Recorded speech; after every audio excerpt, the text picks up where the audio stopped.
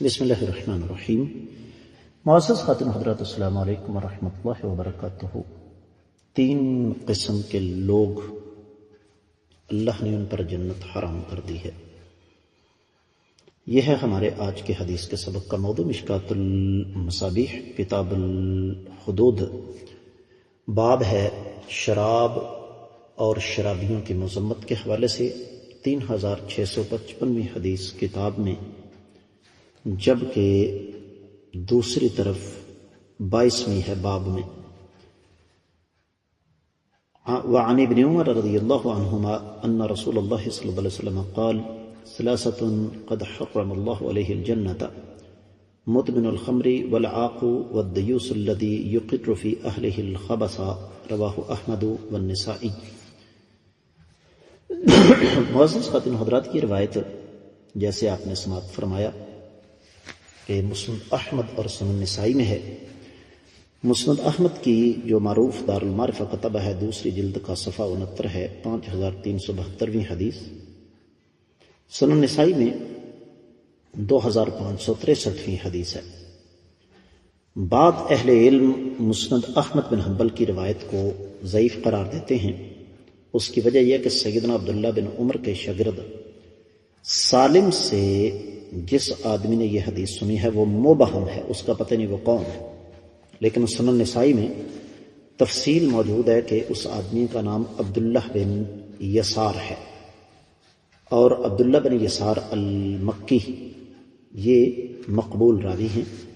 یہی وجہ ہے کہ اس حدیث کو شیخ البانی رحمہ اللہ حسن صحیح کہتے ہیں، جبکہ شیخ زبیر علی زئی نے اس کو حسن قرار دیا۔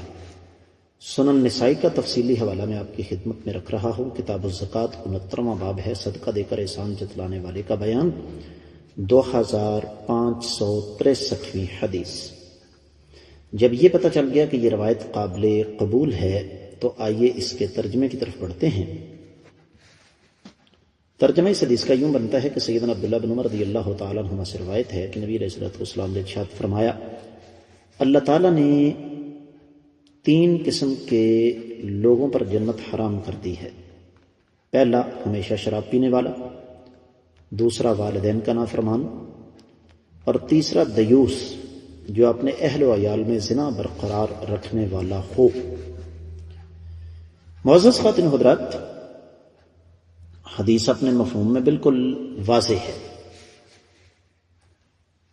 اور جس طرح میں اس سے پہلے آپ کی خدمت میں کئی دفعہ یہ بات عرض کر چکا ہوں کہ اس سے مراد یہ ہے کہ ایسے ظالموں کو سزا ملے گی، اور سزا ملنے کے بعد